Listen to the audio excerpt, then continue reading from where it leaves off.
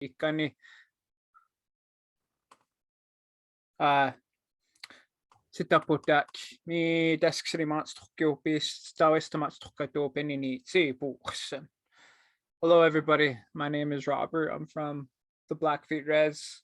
I teach at our school there, where I help instruct the Blackfoot language.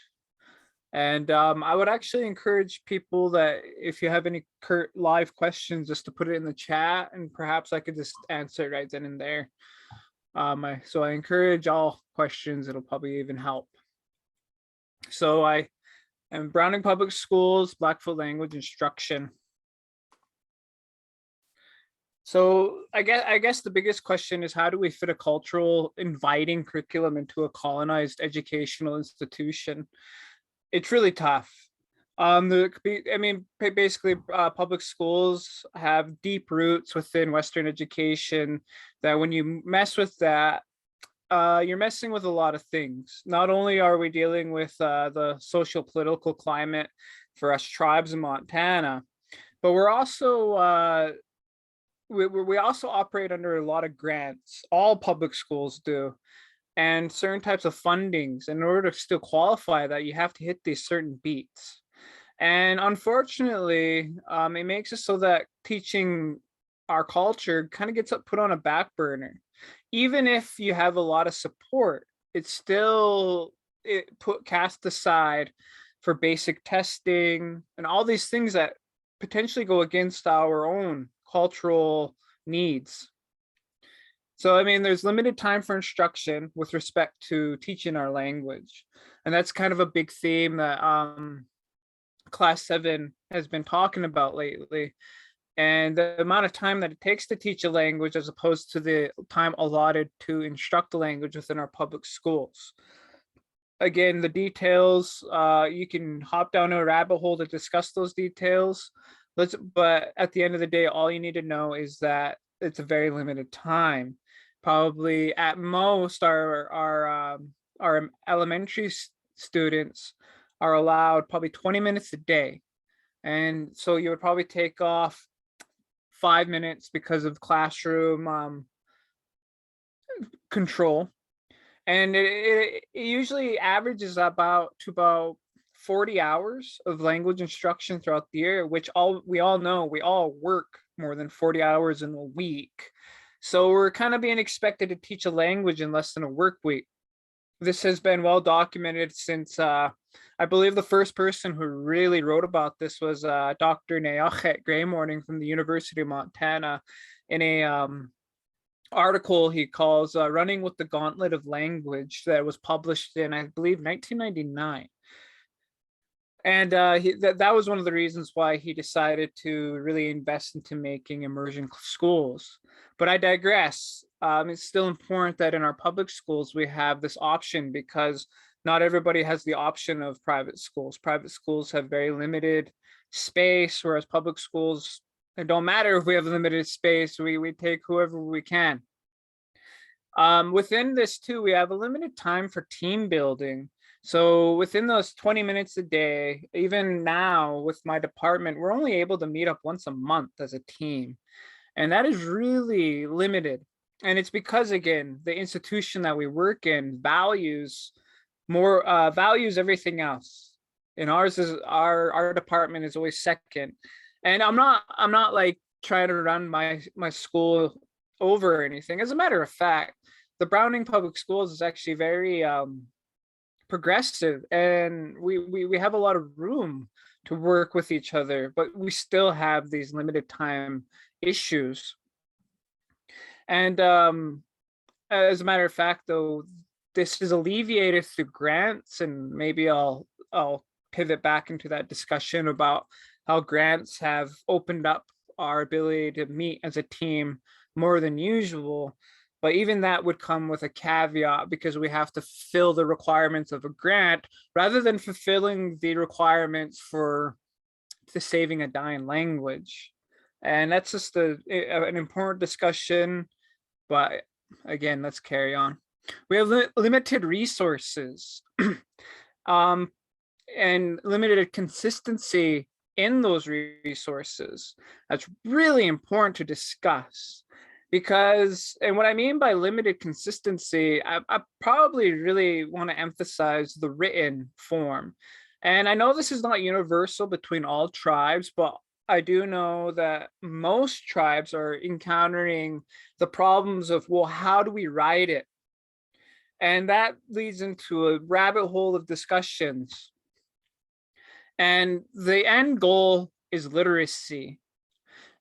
Browning Public Schools is an institutional, is an educational institution that wants every student to graduate literate so that they can read in life. Literacy is one of the most important, one of the most powerful things that human beings have created in relationship to language. Through literacy, we're able to communicate without moving our lips. And I know that that sounds scary to some people because it's like, well, our language is oral. English is an oral language still. Right now I'm speaking English. The written word really helps strengthen our oral skills. Reading helps us with our oratory skills. It's so critical. And that's where the discussion should be. It should not be, oh, how do we write our language, or why should we write our language? It should be, how do we achieve literacy within our language?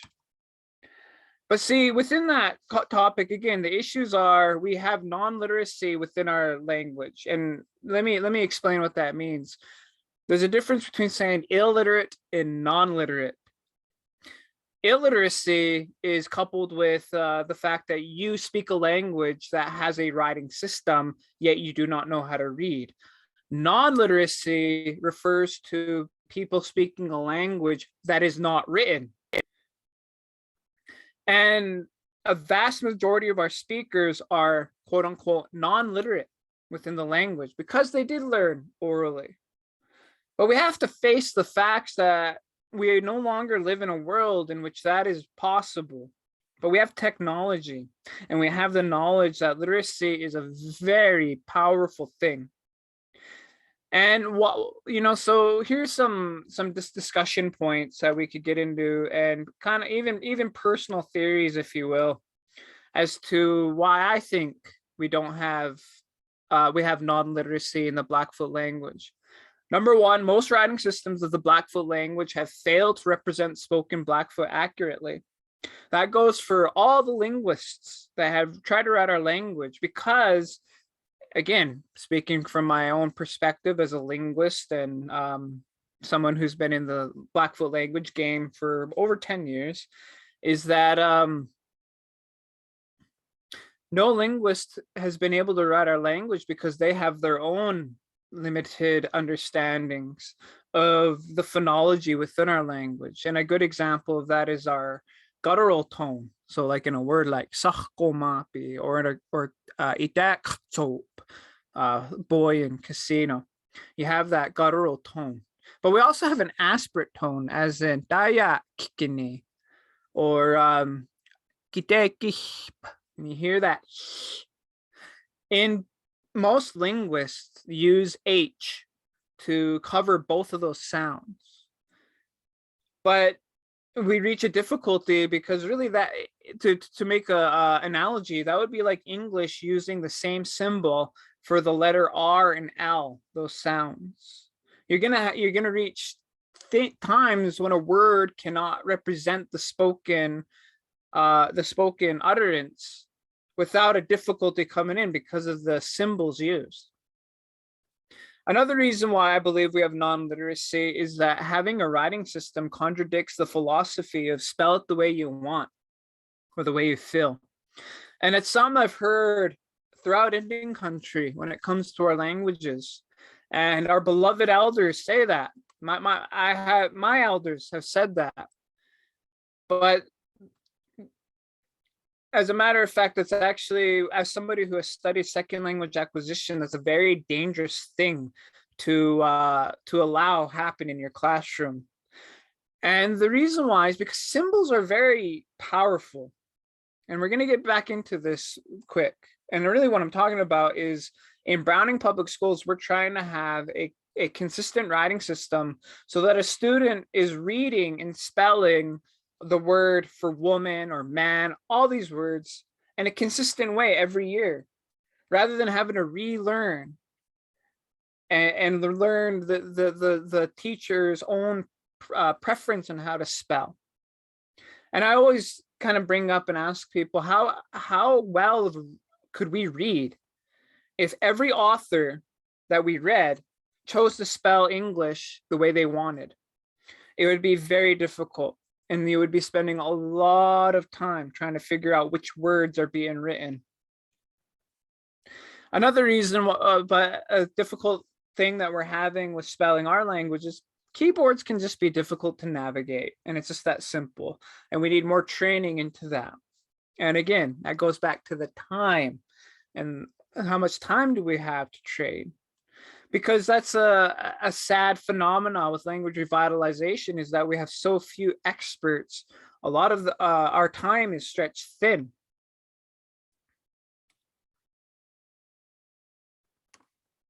So why have a writing system? Reading is a complex skill that has a unique relationship with the reader's brain.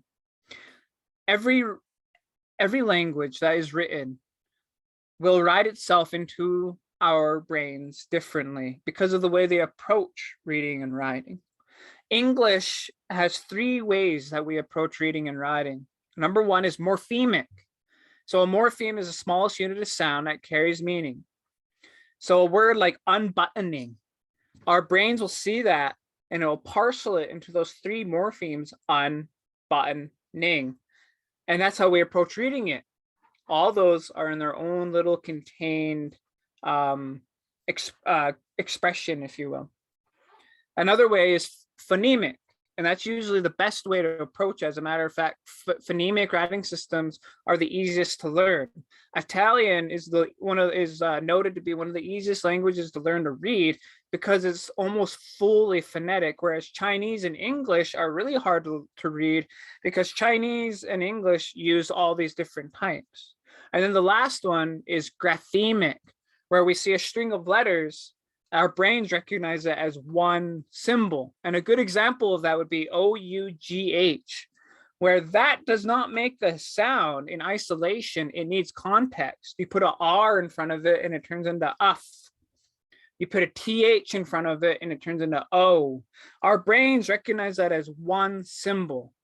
And it's really important to recognize because a lot of people want to use English to spell Blackfoot or spell their target language. And that's not a good thing, because really we're learning our languages to step away from English.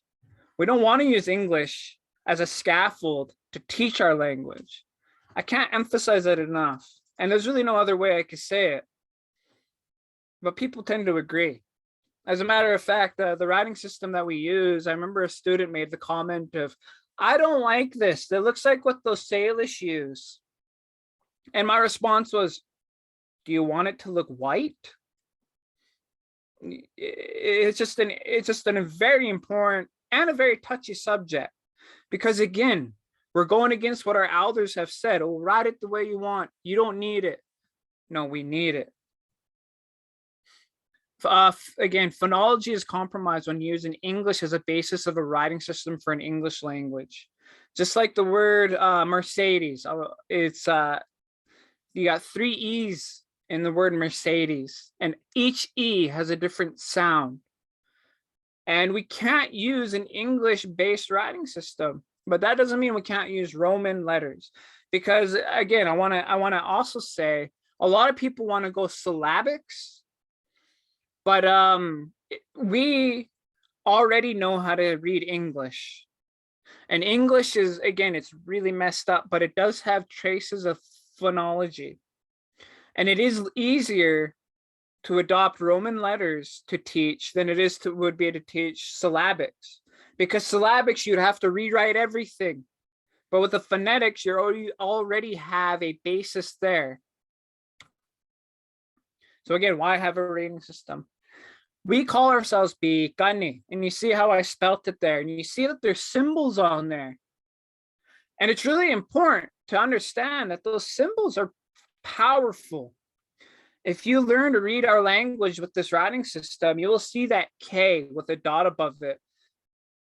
We're the only language in the world right now in this writing system that is not official. There is no official writing system within the Blackfoot language. That I want to make that clear. But this is the official writing system of the Browning Public Schools. And it's the only official writing system on Earth that has a K with a dot above it. And yeah, I'm not just bringing that up for an aesthetic reason. I'm bringing that up is that your brain would see, if you, again, learning the system that way, your brain would see that and instantly know that that's a word in the Blackfoot language without no, again, I'm talking even to the thousandths of a second, you would know instantly. And these examples below it, Piikuni. Again, you have, that may work. Again, it works, right? You can say, oh, Piikuni. And it works enunciating that word even correctly. But again, I want to emphasize that that word has 3 English words in it. We should not be content with that. And also, our brain has to do all this extra work to tell itself this is not an English word. And again, I've been told that, oh, well, this is phonetic, and it's not. Phonology never has silent letters. There's a silent K in there. It doesn't work that way. Phonology is supposed to be one symbol equals a sound, not, oh, and it's a really important discussion to have. The next one is the very first time anybody ever wrote the word Piikuni, they wrote it like that. And they wrote it with a pencil. And then that I at the end got kind of erased, and we became known as pagan. Again, because they're using English system where the the person who wrote it heard the long E, Piikuni. So he wrote Piikuni. But then some other person who reads English enunciated that as an A.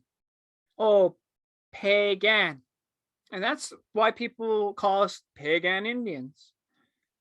And then the last example is one of the most common examples, but it's not good for English speakers because a lot of people say Piikuni, or they'll say Piikuni, but we're the Piikuni.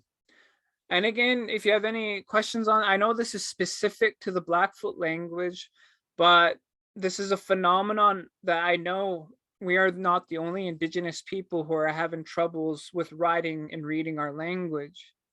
And although we may be the only institution that I know of that uses, there is another, there's 2 institutions, Browning Public Schools and Ancestral Language Society, where this system is the official system.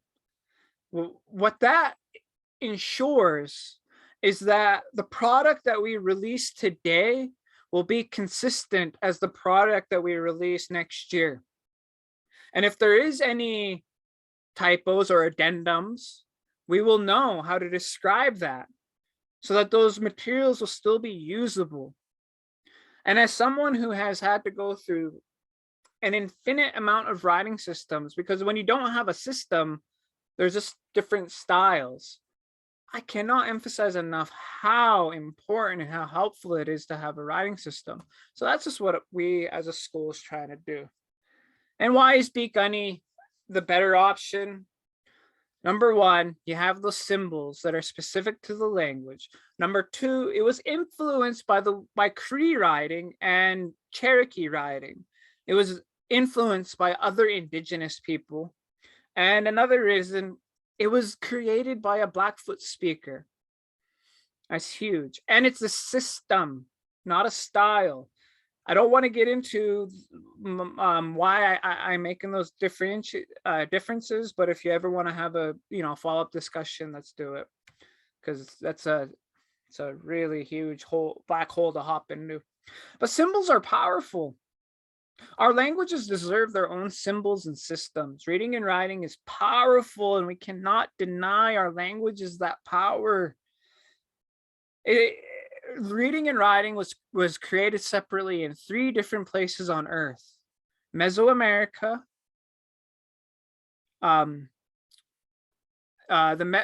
Mesopotamia, and China. In all 3 places, those people are dark skinned. Reading and writing is not a white thing. And but I have empathy. Again, why do we have this this attitude? Well, number one is reading and writing was really introduced to us in a violent way through boarding schools, and the way we were forced to do that. Because reading and writing came hand in hand with losing our language. So I have empathy in why we have this, I would say, subconscious fear of reading and writing, if you will. But it's not reading and writing that we need to be fearful of. It's the tactics that they used to force those things on us. And those are 2 different things. We can't, we need to have empathy towards that, but we also just need to be truthful. I can't tell you how many times I've taken a Blackfoot language class for the teacher to say, we do not write our language. Here's some handouts with our language written. And it's interesting that we allow that contradiction to persist without examining why we're allowing that contradiction to persist. Anyways, let's move on. Another way that we're attempting to teach our language is problem solving within the language. Now, this is something that is really important. In our daily lives, we rarely experience words in isolation. They're always within a context, and they're always within a sea of sentences. How do we do this? I'm not saying that we want to eliminate word lists completely. They have their power. One of the best approaches that any language school or system should incorporate is ASLA, Accelerated Second Language Acquisition, created by Dr. Neochet Graymorning from the University of Montana. He's at Arapaho, and he speaks his Arapaho language and he teaches it. As a matter of fact, Matt Bell, who is who's been works in a high ranking position within OPI, he's had experience with ASLA. And what is it? Well, it's an image-based teaching system where, ironically, to contradict everything I said, you do not need to write your language. Again, this is so important because now we could teach it orally. So how does that work? So let's say in my language, I'm just gonna, I don't want to, we can't waste too much learning this language. But anyways, let's say that you're learning my language, and the words that you know, the first words that I taught you was man, woman, girl, and boy. And we spent the first day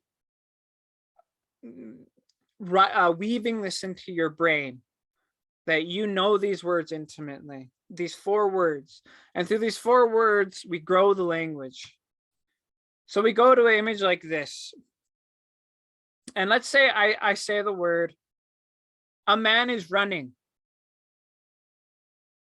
The way your brain would work is you look at all the images all at once, and you eliminate the first one because you're like, oh, that's a woman.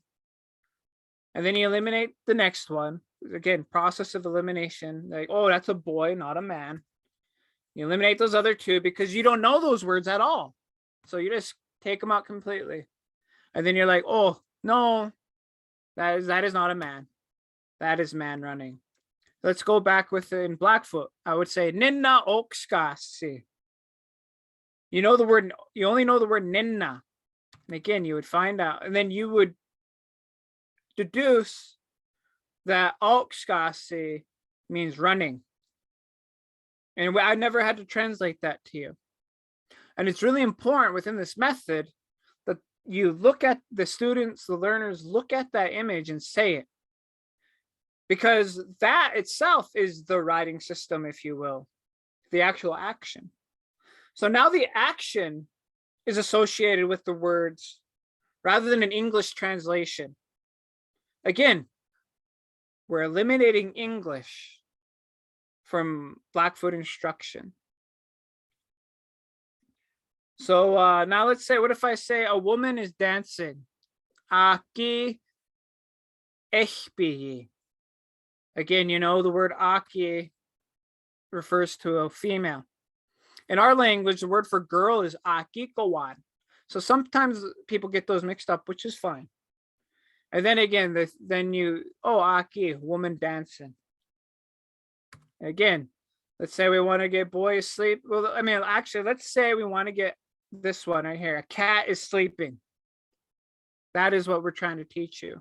And you don't know the word for cat, nor do you know the word for sleeping. But I know that you know the word for boy. So I say a boy is sleeping, and you do that same thing in your brain within thousandths of a second. You're eliminating all these other possibilities. You seek that sakumapi ayoka. You know what ayoka means now. Then now I say bus ayoka. And you find the other thing that's sleeping, because you know the word for sleeping. And you deduce that the word for cat is bos, all within the language and not using any translations. And I apologize if this is kind of still ambiguous, but it's a really experienced method. You really need to experience the language to learn the language. And that's what this method does. It allows you to experience it and to live the language. And by doing so, you're creating a landscape that is built all within that language. And then when the students come back into class, they have the confidence and knowledge that this landscape, they have the tools to navigate through it.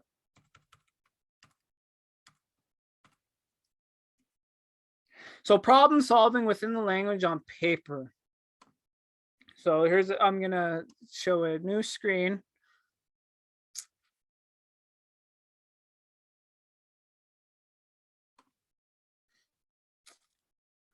Hold on, I'm just gonna show my desktop. Okay, does people see that? What does it say in the left corner? Can you? I just need to know if you guys see that. We're just seeing you right now, Robert. Only me? All right, let me try this again.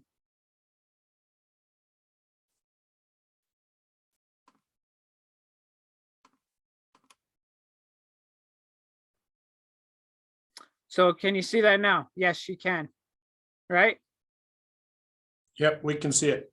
Okay. So how do we problem solve within writing, right? So right here I have groups of morphemes, and as you can see, they're color coded. And this is a name workout too. And all these are the morpheme and also the different ways that they'll appear written, because again, the way you enunciate them changes. And let's look at number 1, stomach sonestachs. So you see the first is red. And again, all right, now before I continue, I want to emphasize, you see how this document has no English on it? Again, this document is valuing Blackfoot and Blackfoot literacy above all else. So it's, again, let's say now we need to figure out the translation for stomach sonestachs. We see that this is red. So we go to our red. Oh, we find stomach. That means bull. So again, you would write bull right here. Now we just need onestachs. And we see that it's in green. And then we find it. Oh, that means calf. And now we deduce this translation is bull calf. And it's unlimited how far we could go. As a matter of fact, this worksheet, with this one page of template, we have 174 names that we teach through this. And people from grade 3 to grade 12, including the alternative schools, people usually get 99% correct on average. That 1% is usually just due to error or just not, a student not paying attention at that moment. I can't emphasize that enough. So let's do this now. Mohkake. We see that moch is black. We find moch right there. It's red. So red. And then ake. Now here's something. If you were doing ASLA, you could read that and instantly, without even having to look at your sheet, know that that's woman. But again, maybe you missed that day. You go look at this, you find Aki in purple, it means woman, red woman. And this is such a powerful tool because you know how we explain our languages are descriptive. This is where you start building that so that not only students are hearing where these changes are, they can see it in color. So let's go number 5, beta bokal. Beta is red or means eagle. So we know that this is eagle blank. Again, you see how it kind of works the same as ASLA in that regard, where it's a process of elimination. And then you look at boka, which is child. Beta boka, eagle child. And it says that it's that simple. Now we know.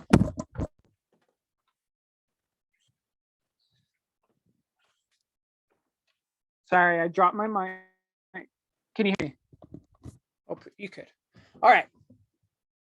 Let's just do one more for the sake of doing one more. Anyway, before we do another one, look at stomach appears again. Maybe the student needs to look it back up and look at, oh, that means bull. Yeah, stomach is bull.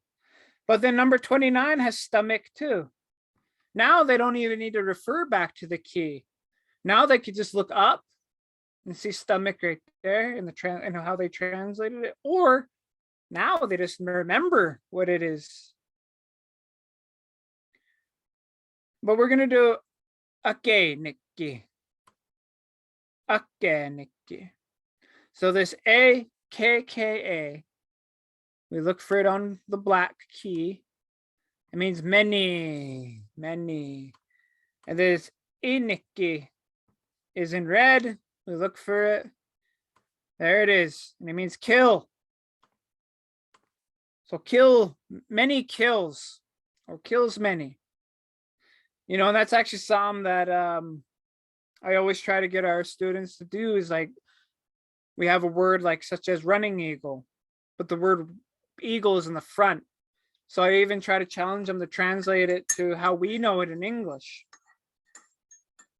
Well, that's kind of another thing is that we want our students to translate our languages in a proper English because our languages are proper.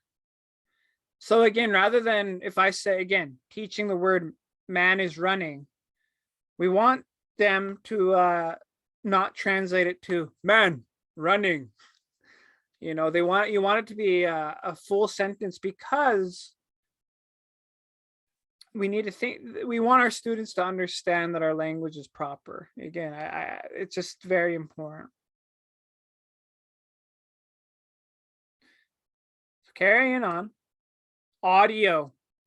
What do we Hey, do? Robert, Yeah. just while you're transitioning, I just want to let you know you've got about 10 more minutes and then we'll open it up for questions. I just want to give you a heads up on that. All right, thank you. Yep. Another thing that I want to do is capture audio. So with our ILIP grant that we got through Montana, I really wanted to translate media that I've already had that was never translated. And so that's what we're doing. I'm just going to show you guys a few seconds of this.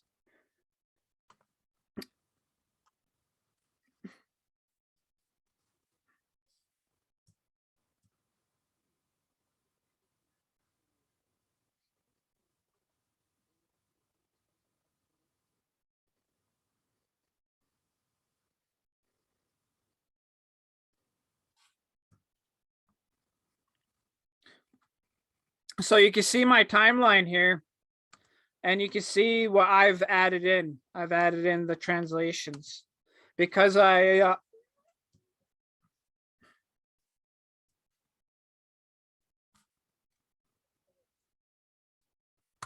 with the ILIP grant that I received through Montana and OPI, I was able to do what I wanted without no grant restrictions. And I wanted to just pay a speaker to translate this stuff.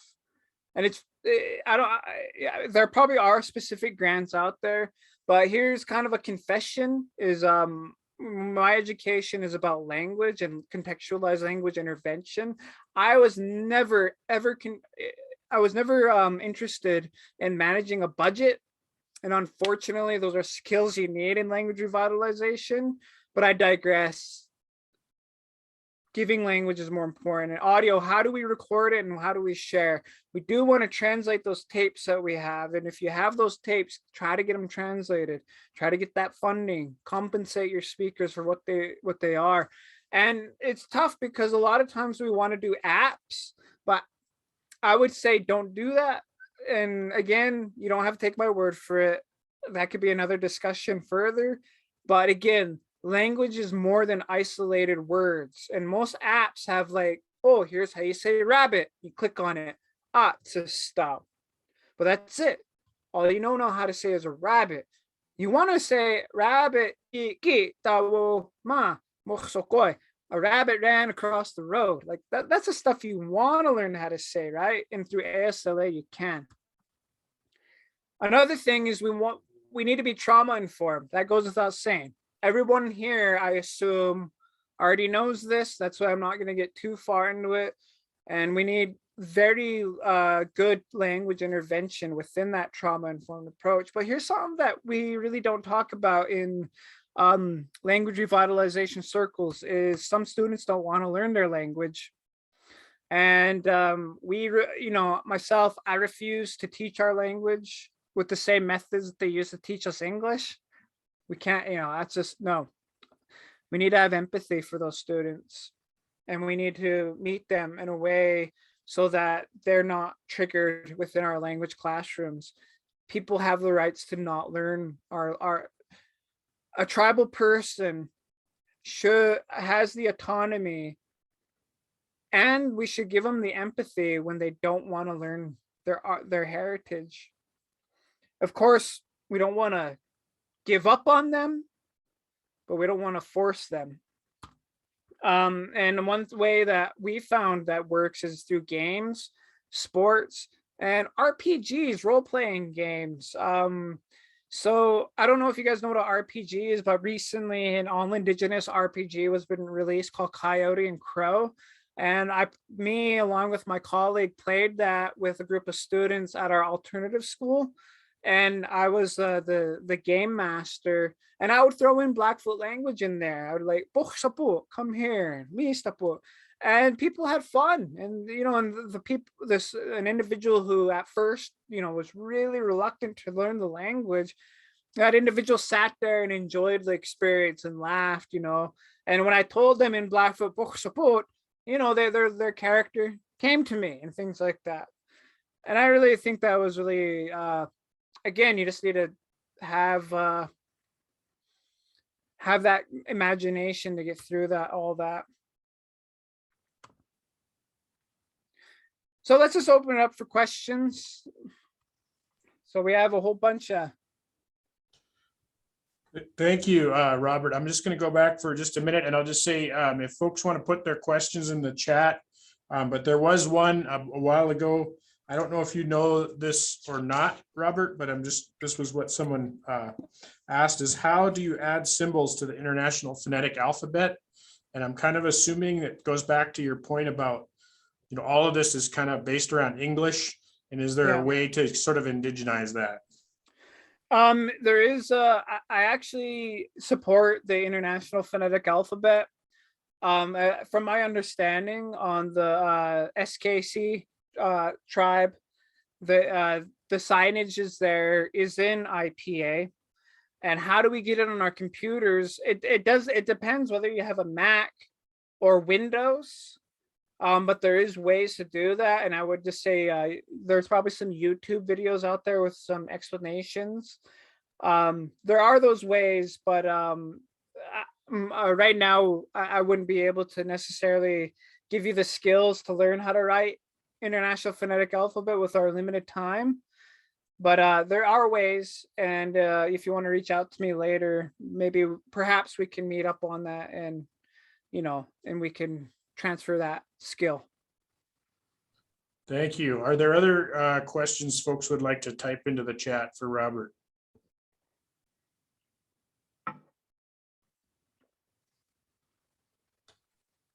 Well, I just want to share, Robert, I found this very fascinating.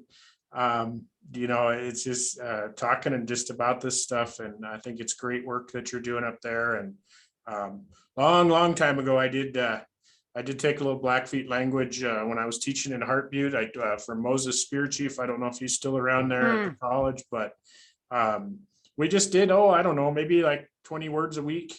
So it wasn't a whole bunch, but it sure helped me a lot in my interaction with my students. Even just having some basic words and basic phrases that, okay, so we do have, let's see, how do you manage attentional resources when teaching your writing system? I apologize. What is attentional resources? Yeah, I wonder if that was what they meant to say. That is from Louise or Luis. Oh, how do we get people's attention? That's on the individual to give the attention.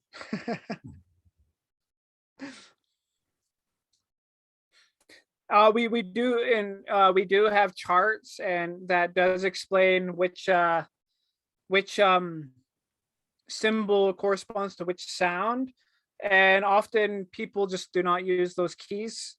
Which again, I don't say that in a critical way, but just a matter of fact is that a lot of times we get so caught up in asking questions that we forget that those resources are already there. So they clarified it is when all the attention you dedicate. So just kind of how do you dedicate time to different tasks, I think is what they're saying. I know how I put my attention towards things. I think that's more of a that's just a question that I myself cannot answer, because everybody has their own attention. Maybe when it comes into a classroom, how do we manage that? We have to be engaging with our students. We need to make sure that they are enjoying us. Sometimes you got to dance to do it nowadays, Yeah, so I'm seeing a few comments, some great comments. Terrific presentation. Thank you, fellow language teacher. New ideas and perspectives you introduced, so that's cool. Yeah. And then you got AJ Bullock, who said, I want to learn some language myself in an ASLA class. Where is this offered for teachers in the summer? What's your tribe? Well, I mean, if it's Blackfoot, I could I could have a meeting with you if you're around Browning or the Blackfeet res. Yeah, but if it's other tribes, I can't speak for any tribe. Yeah, I think a general rule would be maybe reach out to the tribal college or the tribal government, or if you go on their website and if they have a language specialist or something like that, those would be the people probably to contact. Yeah, and if they don't know ASLA, I mean, I don't care if I come off as a salesman when it comes to ASLA. It is the best way to learn a language. It really is. It is so fast, and you could go to nsilk.org. I'll write it down to see some footage and read student perspectives and teacher instructional perspectives. nsilk with a c.org. Okay. Yep. Awesome. All right. I think we are done. All right. Well, excellent presentation, Robert. Thank you for being here. And on behalf of the OPI, we just want to say we appreciate you and all the work that you're doing. And hopefully our paths cross again soon. And thanks everybody for attending. Hope you. you enjoy the rest of the conference. All right.